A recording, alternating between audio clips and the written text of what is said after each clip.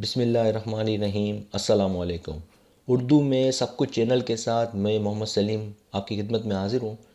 और आज आपको जो है मैं अकाउंटिंग के हवाले से जो सिखाऊंगा वो है जनरल एंट्रीज़।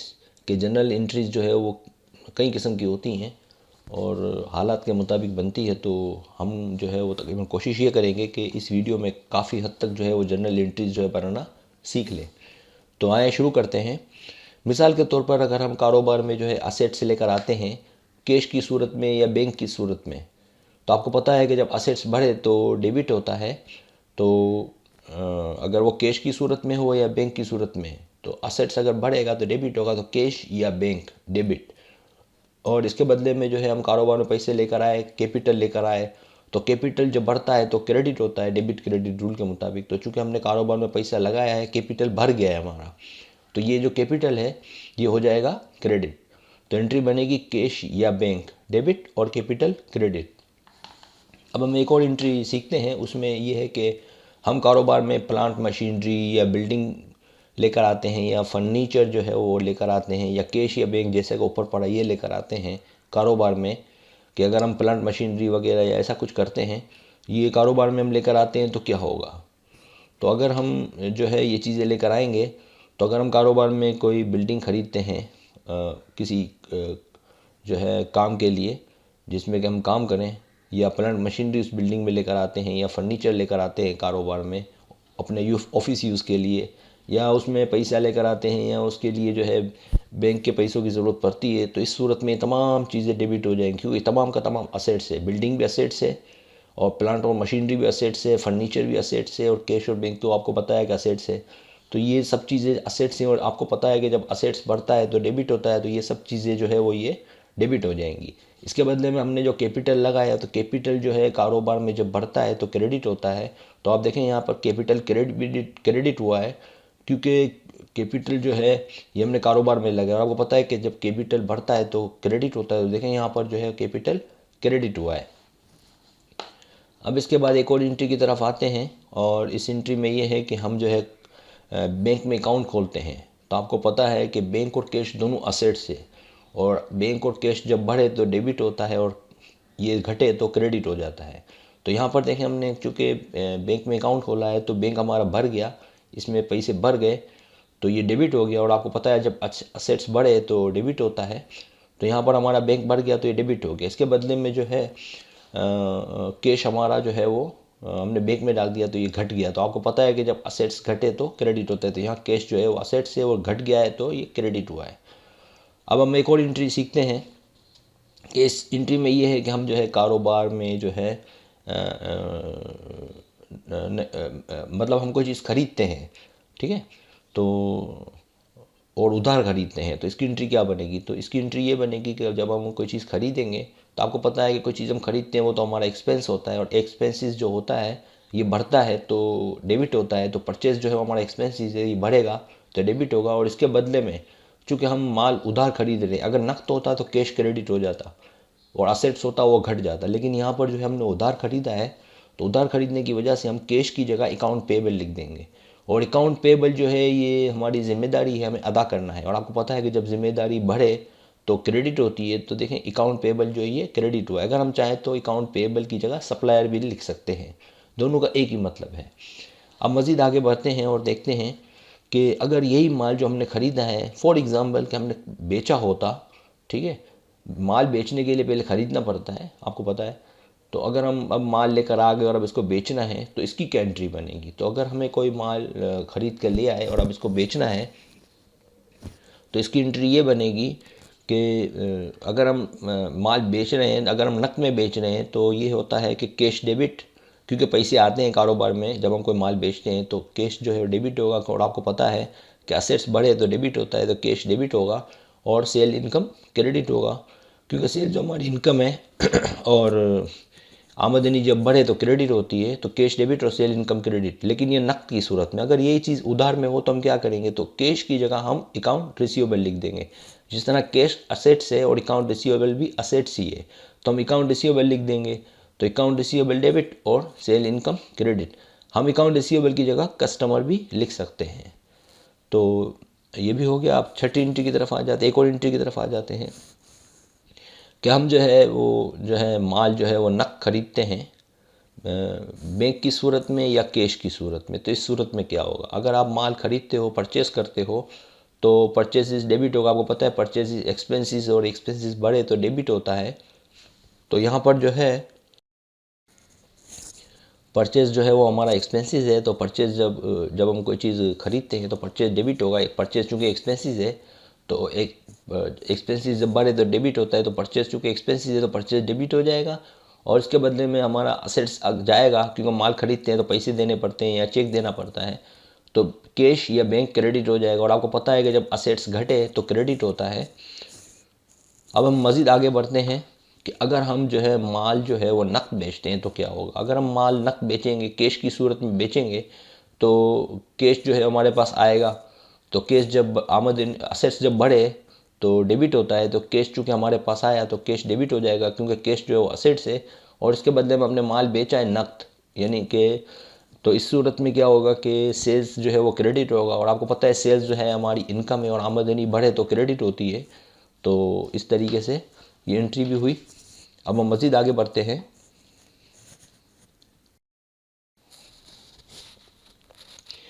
इस सूरत में ये है कि हमने जो माल बेचा था वो हमें वापस आ जाता है, तो क्या एंट्री बनेगी। अगर हम कोई माल बेचेंगे और वापस आ जाएगा तो क्या एंट्री बनेगी।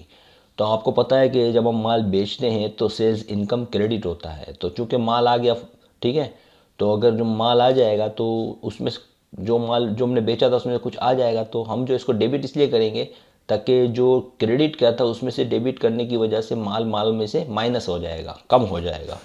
तो अब क्या होगा, सेल्स रिटर्न डेबिट हो जाएगा, ठीक है। और अगर हमने नकद बेचा था तो उसको इसकी जो है वो कैश वापस करना पड़ेगा, तो कैश क्रेडिट हो जाएगा। तो कैश क्रेडिट होगा, या अगर अगर चेक के ज़रिए से या बैंक के ज़रिए से दिया होगा तो वो क्रेडिट हो जाएगा। तो इसका मतलब एंट्री क्या पास होगी, सेल्स रिटर्न डेबिट और कैश या बैंक क्रेडिट। सेल्स रिटर्न जो है वो हमारी आमदनी थी, आमदनी है, और आपको पता है कि आमदनी जब घटे तो डेबिट होती है। तो सेल्स रिटर्न जो है हमारी आमदनी है, और ये कम हो गई क्योंकि वापस आ गया माल, इसलिए डेबिट हो गया। और चूंकि इसके बदले में कैश वापस कर दिया, और आपको पता है कैश जो है असेट्स है, असेट्स जो है वो घटे तो क्रेडिट होता है। तो देखें कैश या बैंक जो असेट्स है और ये घट गया है तो क्रेडिट हो गया। इसके बाद एक और एंट्री की तरफ आ जाते हैं, और इस एंट्री में ये है कि सवाल ये है कि अगर जो है हमारा जो हमने जो माल ख़रीदा था वो वापस कर देते हैं तो क्या एंट्री बनेगी।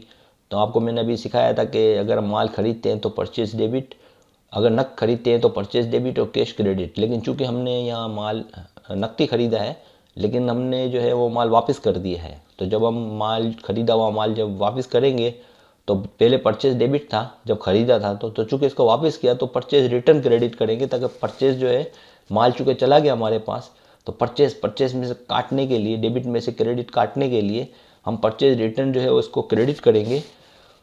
और चूँकि हमें इसके बदले में पैसे मिल गए, तो कैश या बैंक, जो बैंक की सूरत में होगा या कैश की सूरत में, वो हमें मिल गया। तो कैश और असेट्स, कैश या बैंक हमारा भर गया। आपको पता है असेट्स जब बढ़े तो डेबिट, और परचेज चूँकि एक्सपेंसेस था और हमने वापस कर दिया वो माल, तो जो माल हमारा एक्सपेंसेस जब बढ़ता है तो डेबिट होता है। चूँकि यहाँ घट गया है तो परचेज रिटर्न जो है ये क्रेडिट होगा, और ये हमारा एक्सपेंस है और ये घट गया है तो ये क्रेडिट होगा। अब मज़ीद जो है एक और एंट्री की तरफ आते हैं हम। अब ये जो एंट्री थोड़ी सी मुश्किल है बच्चों के लिए, लेकिन हमें तो सब सीखना पड़ेगा अकाउंट के अंदर। अब ये एंट्री है, इसमें ये कहा जा रहा है कि हमने जो है माल बेचा है, और उधार में जो बेचा था माल उसके जो है हमें पैसे वापस मिल गए, इसकी एंट्री है।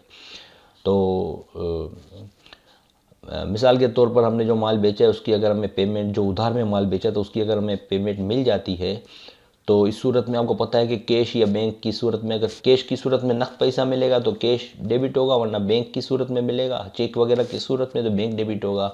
तो इसको मतलब ये है कि जो हमने माल उधार में बेचा था उसके पैसे अब हमें मिल गए हैं, तो इसकी एंट्री ये पास होगी कि कैश या बैंक डेबिट होगा, ठीक है। और अगर हमने जो है इसको जो हमें पेमेंट जो मिली है, जिसका माल हमने बेचा था उसकी अगर हमें पेमेंट मिली, और हमने माल बेचने वाला अगर उस पर डिस्काउंट देगा, तो ये जो माल का डिस्काउंट हमने दिया है, चूँकि ये जो था हमने माल बेचा था, तो आपको पता है माल बेचने वाला डिस्काउंट देता है, लेता नहीं है। तो चूँकि माल बेचने वाला अगर डिस्काउंट देगा तो ये उसके लिए एक्सपेंस होगा, ठीक है। तो एंट्री क्या बनेगी कि एक तो कैश डेबिट हो जाएगा और साथ साथ जो है वो सेल्स डिस्काउंट डेबिट होगा। और आपको पता है सेल्स डिस्काउंट को डिस्काउंट यहाँ पर लिखने का मकसद ये कि डिस्काउंट जब डेबिट होता है तो ये एक्सपेंस होता है, तो सेल डिस्काउंट एक तरह से एक्सपेंस है। तो सेल्स डिस्काउंट एक्सपेंस जो है ये हमारा डेबिट हो जाएगा, क्योंकि खर्चा जब बढ़े तो डेबिट होता है। तो यहाँ पर देखिए सेल डिस्काउंट डेबिट हो गया और ये एक्सपेंस है हमारा, हो गया। और इसके बदले में चूँकि अब हमारा मामला हल हो गया कि हमें पेमेंट हमें मिल गई, तो चूँकि पहले नहीं मिली थी, तो हमने अगर मिल जाती तो उस वक्त जो है मामला हल हो जाता, लेकिन चूँकि हमें यहाँ मिल गई है तो हमें चूँकि पहले अकाउंट रिसीवेबल डेबिट था, तो अब हम इसको क्रेडिट करेंगे ताकि अकाउंट रिसीवेबल से कट जाए। तो अब हमें जो है हमें पेमेंट मिल गई है और असेट्स जो है हमें उसकी जगह अब हम क्या करेंगे कि अकाउंट रिसीवेबल को अकाउंट रिसीवेबल से काटेंगे क्रेडिट करके, क्योंकि अब हमें कैश मिल गया है। तो अकाउंट रिसीवेबल का खाता ख़त्म करने के लिए अकाउंट रिसीवेबल को अकाउंट रिसीवेबल से काटेंगे, तो अकाउंट रिसीवेबल या कस्टमर को हम क्रेडिट कर देंगे, ठीक है। इसके बाद हम मज़ीद एक और एंट्री पास करते हैं कि मिसाल के तौर पे इसमें ये है, इस एंट्री में ये है कि हमने जो माल उधार ख़रीदा था उसकी अब हम पे कर रहे हैं, अदायगी कर रहे हैं। तो जब हम माल जो उधार ख़रीदा था तो उस वक्त हमने अकाउंट पेबल को क्रेडिट किया था, क्योंकि वो हमारी ज़िम्मेदारी थी। और आपको पता है कि जब ज़िम्मेदारी बढ़ती है तो क्रेडिट होता है। तो चूँकि हमने माल के पैसे अब अदा कर रहे हैं, तो अकाउंट पेबल को पहले जो क्रेडिट किया था इसको हम इस दफ़ा डेबिट करेंगे, ताकि अकाउंट पेबल जो है वो अकाउंट पेबल से कट जाए। तो अकाउंट पेबल या सप्लायर क्रेडिट हो जाएगा, डेबिट हो जाएगा, अकाउंट पेबल या सप्लायर डेबिट हो जाएगा। और इसके बदले में चूँकि अब की बार हमने जो है कैश या बैंक की सूरत में पैसे दे दिए, तो ये कैश या बैंक हमारा असेट्स है। और आपको पता है कि असेट्स जब घटे तो क्रेडिट होता है, तो बैंक या कैश जो है ये क्रेडिट होगा। और साथ साथ खरीदार जो होता है वो जब पे करता है, तो फ़र्ज़ करें कि यहाँ पे हमें जो है इसका डिस्काउंट मिला है। और आपको पता है कि जब डिस्काउंट मिले तो ये हमारी इनकम होती है, और जब आमदनी बढ़े या इनकम बढ़े तो क्रेडिट होती है। तो परचेज डिस्काउंट है चूँकि ये, तो यहाँ परचेज डिस्काउंट जो है ये क्रेडिट हो जाएगा, क्योंकि ये हमारी इनकम है, हमारे फ़ायदा हुआ, तो परचेज डिस्काउंट क्रेडिट हो जाएगा। अब यहाँ पर एक और एंट्री है, इसमें हम ये सीखेंगे कि एक तो हमने पहले सीखा कि नकद माल जो हमने जो बेचा था उसके हमने पैसे वापस किए और माल वापस आ गया। लेकिन यहाँ पर हमें एंट्री ये है कि हमने जो सेल्स जो हमने की थी, जो माल बेचा था वो माल हमें वापस आ गया। तो आपको पहले भी बताया था कि जब माल वापस आ जाए तो सेल्स रिटर्न जो है ये हो जाएगा डेबिट, क्योंकि जो माल सेल्स हमारी इनकम है और इनकम जो है वो जब घटती है तो डेबिट होती है। तो सेल्स जो हमारी इनकम है और ये घट गई है क्योंकि माल वापस आ गया है, तो सेल्स रिटर्न जो है ये डेबिट होगा। लेकिन चूँकि ये जो माल कैश की सूरत में हमने नहीं बेचा था, उधार की सूरत में बेचा था, तो हमें जो पैसे आने थे, अगर वो आने के थे तो हमने इसको डेबिट में लिखा था अकाउंट रिसीवेबल को। लेकिन चूंकि यहाँ पर अब नहीं आएंगे क्योंकि माल हमें वापस आ गया, जो हमने माल बेचा था उसके पैसे नहीं आएंगे, और ये उधार का मामला था। तो उधार का मामला जो था उसमें हमने अकाउंट रिसीवेबल को डेबिट किया था। तो अब की बार हम अकाउंट रिसीवेबल को क्रेडिट जब करेंगे तो अकाउंट रिसीवेबल से कट जाएगा। तो हम जो है अकाउंट रिसीवेबल को क्रेडिट करेंगे, क्योंकि ये असेट्स जो है ये अकाउंट रिसीवेबल हमारा असेट्स है और ये अब हमें नहीं मिलेगा। तो कैश जब घटे या अकाउंट रिसीवेबल घटे तो क्रेडिट होता है, तो अकाउंट रिसीवेबल यहाँ कम हो गया है।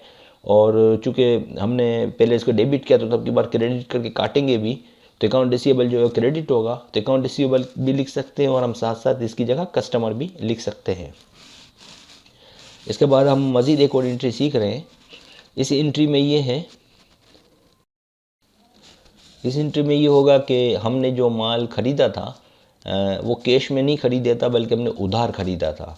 तो उधार ख़रीदा हुआ जो माल है हमने वापस कर दिया। तो इसकी एंट्री क्या बनेगी कि चूँकि हमने जब उधार ख़रीदा था तो परचेज डेबिट किया था और कैश परचेज डेबिट किया था और अकाउंट पेएबल क्रेडिट किया था। लेकिन चूँकि हमने वो माल जो है वापस कर दिया, हमने पेमेंट भी नहीं की थी बल्कि उधार का था, तो उधार जो अकाउंट पेएबल हमने क्रेडिट किया था उसको हम अब की बार डेबिट करेंगे, ताकि अकाउंट पेएबल से कट जाए। क्योंकि जो हमारी ज़िम्मेदारी थी वो कम हुई, क्योंकि हमने माल ही वापस कर दिया अपना। तो इस सूरत में अकाउंट पेएबल जो है पहले क्रेडिट था, आपकी बार डेबिट किया था कि अकाउंट पेएबल से कट जाए। तो इस दफ़ा देखो आप, अकाउंट पेएबल जो है हमारी ज़िम्मेदारी, और आपको पता है जब ज़िम्मेदारी घटती है तो डेबिट होती है, डिक्रीज़ हो रही है यहाँ पे ज़िम्मेदारी हमारी। अकाउंट पेएबल जो हमारा डिक्रीज़ हो रहा है, कम हो रहा है, तो अकाउंट पेएबल जो है हमारा डेबिट हो जाएगा। तो अकाउंट पेबल को आपको पता है कि सप्लायर भी कहते हैं, तो अकाउंट पेबल भी लिख सकते हैं, सप्लायर भी लिख सकते हैं, ये डेबिट हो जाएगा। और इसके बदले में चूँकि हमने माल परचेज़ किया था तो वो वापस कर दिया, तो परचेज़ आपको पता है जब हम परचेज़ करते हैं तो डेबिट होता है।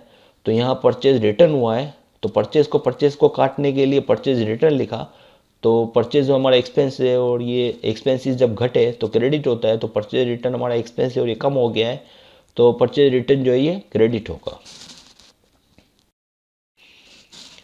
अब की बार मैं आपको जो एंट्री सिखा रहा हूँ ये इसमें बेड डेप एक्सपेंसेस की है। तो मिसाल के तौर पर ये एंट्री तब बनती है कि जब हमें जो माल के पैसे मिलने के हों वो ना मिलें या डूब जाएं, तो इस सूरत में एंट्री क्या बनेगी। तो बेड डेप्स की एंट्री ये होती है कि बेड डेप्स जो है हमारा एक्सपेंस होता है, और ये जो माल हम बेचते हैं उसमें से जो पैसे उधार के हों और ना नहीं मिले या मिलने की उम्मीद ना हो, तो इस सूरत में ये एंट्री बनाई जाती है। तो बेड डेप जो है ये हमारा एक्सपेंस है, और आपको पता है कि एक्सपेंस जब बढ़ता है तो डेबिट होता है। तो यहाँ पर चूँकि ये पैसे जो हमें जो भी रकम हो, जो भी इसकी जो वैल्यू हो या कीमत हो, तो ये हमारा एक्सपेंस हो जाता है, क्योंकि हमें लॉस हो जाता है इसमें, क्योंकि जो पैसे हमें माल बेचने की सूरत में मिलने के थे वो अब नहीं मिलेंगे, क्योंकि या तो वो बंदा जो है वो पैसे ही आपको नहीं देगा, या वो मर जाएगा, या कोई ना कोई मसला हो जाएगा उसके साथ, तो वो हमें पैसे अब नहीं मिलेंगे, हमें पक्का यकीन है कि वो नहीं मिलेंगे। तो इस सूरत में हम बेड डेप को जो है वो डेबिट करेंगे। बेड डेप का मतलब ये होता है कि ये पैसे डूब जाएंगे या नहीं मिलेंगे। तो चूंकि अब हमने नहीं मिलेंगे तो हमारा खर्चा, और आपको पता है कि जब खर्चा बढ़े तो डेबिट होता है। तो बेड डेप जो है हमारा एक्सपेंस है, तो आपको पता है कि एक्सपेंस जब बढ़ता है तो डेबिट होता है। देखो यहाँ पर बेड डेप जो है वो डेबिट हुआ है। इसके बदले में जो पैसे हमें मिलने के थे तो उस वक्त हमने अकाउंट रिसीवेबल लिखा था डेबिट में। चूँकि अब ये नहीं मिलेंगे पैसे तो इसको हम क्रेडिट करेंगे, तो अकाउंट रिसीवेबल से कट जाएगा। और आपको पता है अकाउंट रिसीवेबल जो है हमारा असेट्स है, और असेट जो है वो जब घटता है तो क्रेडिट होता है। तो यहाँ पर जो है अकाउंट रिसीवेबल क्रेडिट हो जाएगा। अकाउंट रिसीवेबल को आपको पता है कि हम कस्टमर भी कह सकते हैं, तो हम कस्टमर भी लिख सकते हैं। इसके बाद मज़ीद एक और एंट्री कर लेते हैं। इसके बाद मज़ीद एंट्रीज जो हैं वो मैं आपको दूसरी एग्जांपल में सिखाऊंगा। इस एंट्री में हम ये सीखेंगे कि जो हमें पैसे नहीं मिलने के, अचानक से हमें पता चल जाता है कि यार ये बंदा दे देगा पैसे, या अचानक से वो दे देता है जिसकी उम्मीद नहीं थी, तो इस सूरत में क्या होगा। इस एंट्री को हम यूँ भी कह सकते हैं कि रिकवरी ऑफ बेड डेप्ट एक्सपेंसेस। तो इसकी एंट्री ये होगी कि जो पैसे अब हमें नहीं मिलने के थे वो मिल जाएंगे। तो आपको पता है कि जब असेट्स बढ़े या बैंक बढ़े, तो वो अगर बैंक की सूरत में तो बैंक लिखेंगे, जो पैसे नहीं मिलने के थे वो बैंक या चेक की सूरत में मिलने के हैं, तो वो बैंक जो है वो डेबिट हो जाएगा। और अगर कैश की सूरत में होंगे तो कैश डेबिट हो जाएगा। तो बैंक और जो कैश है ये हमारा असेट्स है, और आपको पता है कि कैश या बैंक जो असेट्स है बढ़े तो डेबिट होगा, तो कैश या बैंक को हम डेबिट कर देंगे। उसके बदले में जो है बेड डेप एक्सपेंसेस जो है जो नहीं मिलने का था, बेड डेप एक्सपेंसेस, तो वो खर्चा था हमारा जो मिलने का नहीं था। तो आपको पता है कि जब एक्सपेंसेस जो है वो घटता है तो क्रेडिट होता है। तो देखो बेड डेप एक्सपेंसेस घट गया तो ये क्रेडिट हो गया। तो अब एंट्री क्या बन गई, कैश या बैंक डेबिट और बेड डेप एक्सपेंसेस क्रेडिट। इसमें आपको मैंने तकरीबन 15 एग्जांपल जर्नल एंट्रीज की दी हैं, और मुझे उम्मीद है कि इंशाअल्लाह ताला इससे आप लोगों को बहुत फ़ायदा होगा। अगर आपको मेरी वीडियो पसंद आए तो बराए मेहरबानी सब्सक्राइब करें और दोस्तों को भी बताएं। बहुत शुक्रिया वीडियो देखने का। अगली एग्जांपल में जो है मैं आपको और एंट्रीज सिखाऊंगा, और वो जो है जनरल एंट्रीज पार्ट 2 के नाम से मेरी वीडियो होगी। तो वो वीडियो भी देखिएगा, वो जल्द आ जाएगी आपके साथ। बहुत शुक्रिया आपका वीडियो देखने का।